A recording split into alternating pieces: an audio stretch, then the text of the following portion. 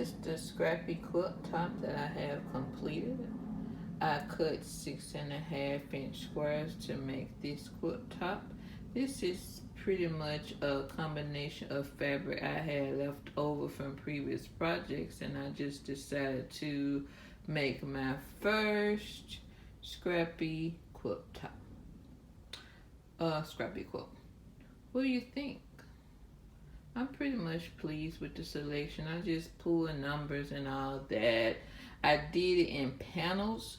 So it's 12 squares across, 13 squares going down. So the way I did it, I did I did some 16 patches. And then I did 3 extra, which would be 20 patches to do it. So it was three 16 patches going across twice, and then 3 20 patches going across twice, because it was 4x4 and then 4x5, 4 going across, 5 going down for the 20 patch. And then I just completed it. So these are the squares. Yeah, and I also did a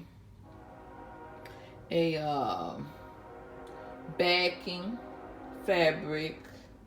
Let me see if it's showing, of this square right here. So let me show you the backing fabric that I've cut.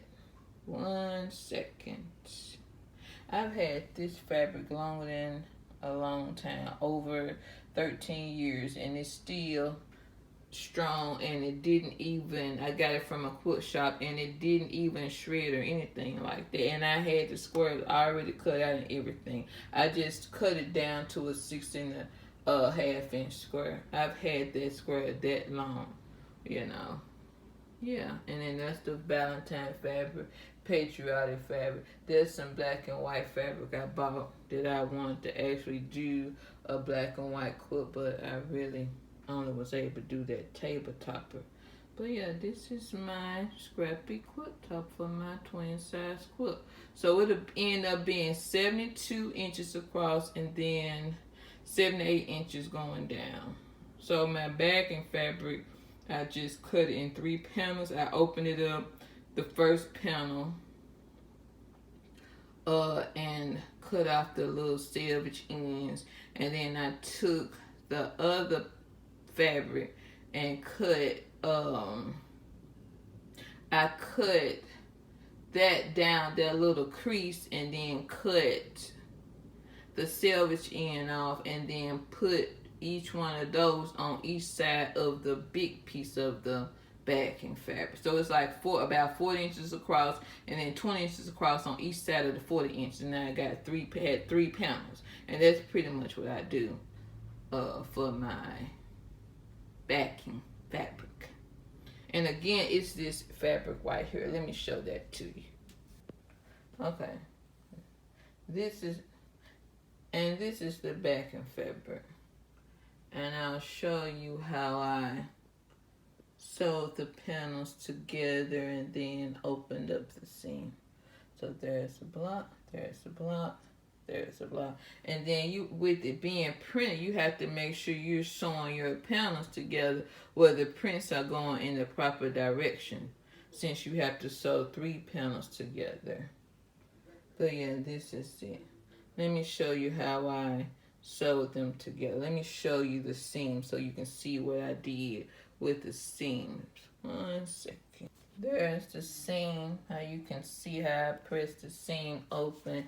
And see, this is a panel, and then this is the bigger, and then this is another shorter panel. But I pressed those seams open so you can see that. And that's pretty much how I did that. And this is the pillowcase that I made. I just made a standard size pillowcase, and then I always finish my pillowcases with the French seam. So let me show you the French seam. There it is right there. So yeah, because if you're making quilts, you're going to definitely need to be making pillowcases to go with them, because you're not going to find a matching pillowcase in like a big box store. So This is my Patchwork Pillowcase. And I did a short on it, so you can watch that. I also have lots of other things coming up, stuff I've never made before that I'll be making. Like different quilt blocks that I've never worked with. I have some of that. I have stuff I have to finish and post. Thanks for watching my video. Please subscribe to my channel. Please watch more of my videos. I'm trying to get my watch time up. I'm almost to 1,000 subscribers, which I'm thankful to all my subscribers and everyone that's been watching my video. So, thank you for watching. Check you later.